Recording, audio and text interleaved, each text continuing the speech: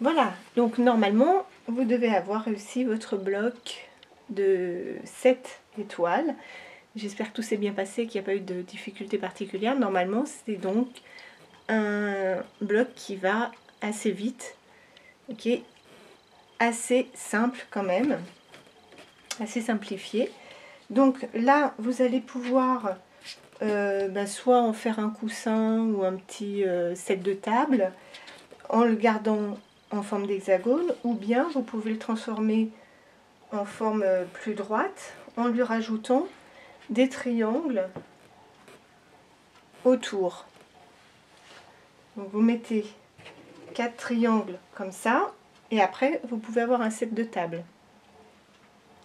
Alors si vous voulez en faire un quilt comme sur le petit livret là, il va falloir rajouter aussi donc des triangles entre les blocs. Et ces triangles entre les blocs, on va les couper donc avec la grande règle triangle dans le tissu donc interbloc que vous aurez choisi, soit donc dans la tonalité de votre tissu de fond, soit au contraire contrastant pour faire un autre dessin. Et donc vous avez ici, page 28, un tableau qui vous donne pour la taille que vous aviez choisie pour le triangle de l'étoile, nous c'était 4,5 en gras. Il va falloir couper des triangles interblocs de 7,5. Ça veut dire que cette fois, on va couper des bandes dans le tissu interbloc en plaçant le trait sur le 7,5 et ensuite de la même manière couper dans un sens, couper dans l'autre jusqu'à obtenir donc ce genre de triangle que l'on va disposer entre les blocs. Donc ça c'est pour les triangles, les grands triangles entre les blocs. Mais aux extrémités, on va avoir besoin de demi-triangles. Donc pour les couper, c'est expliqué ici, donc page 27 du petit livre, du petit livret. Je vais quand même vous montrer. Donc pour couper ces grands triangles, on part d'un bord droit de notre bande qui mesure donc 7,5, qu'on a coupé à 7,5.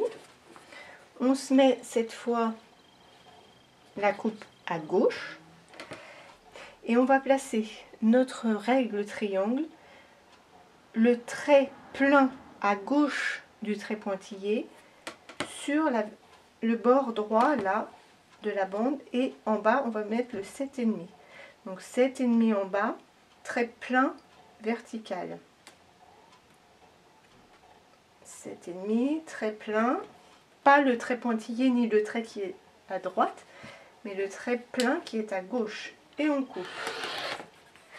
Donc là j'ai obtenu, et je vais aussi me débarrasser de la petite pointe là, j'ai obtenu les demi-triangles qui vont me permettre donc de finir dans les coins ou sur les bords le quilt.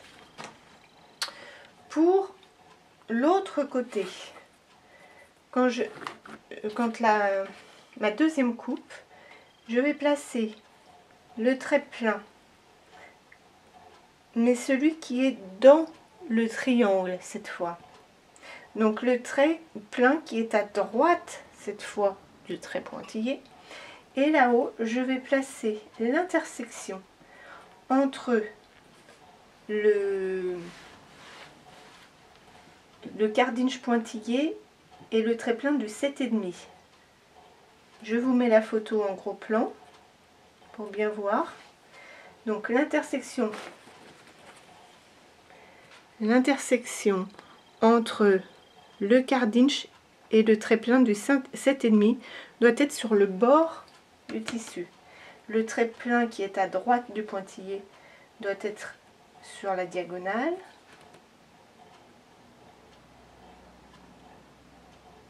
Et voilà, quand c'est bien fait, je ne bouge plus.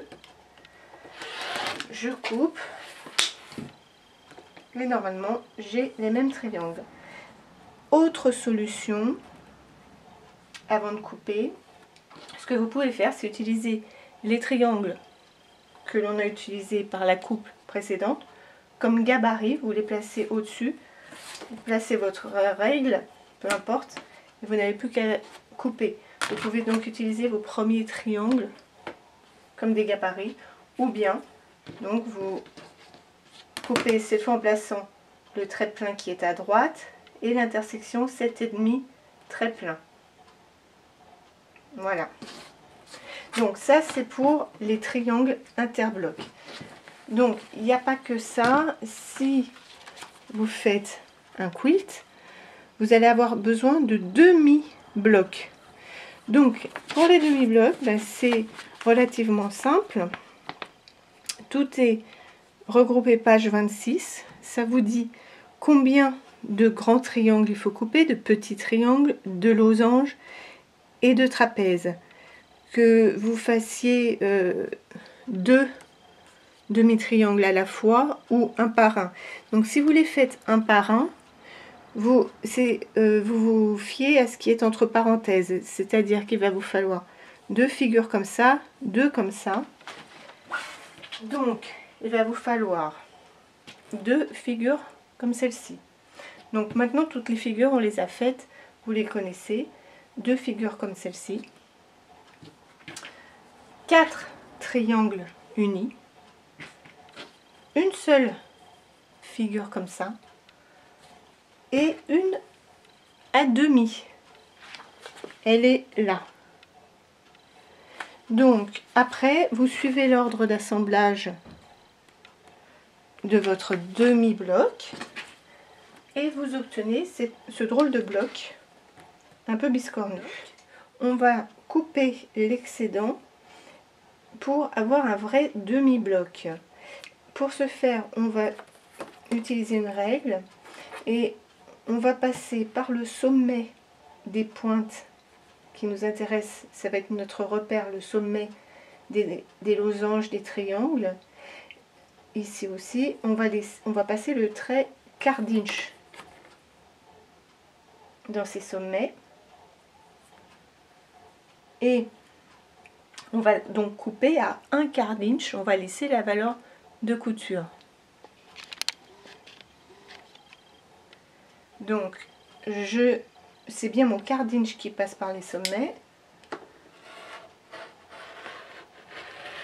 Comme ma règle est trop courte, je m'arrête et je me réaligne.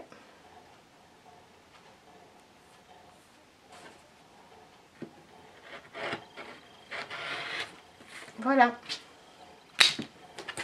J'ai donc un demi-bloc avec mes largeurs de couture prévues.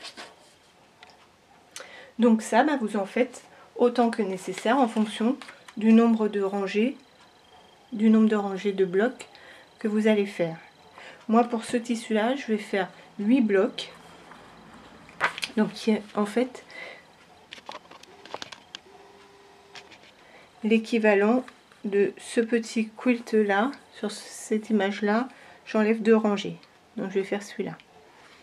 Donc, ça veut dire 8 blocs entiers et 2 demi-blocs. Voilà, donc il n'y a plus qu'à. J'espère que ce quilt vous aura bien plu et je vous montre le résultat bientôt sur le blog. Et puis je vous dis à très bientôt pour un autre Marty et moi. Au revoir.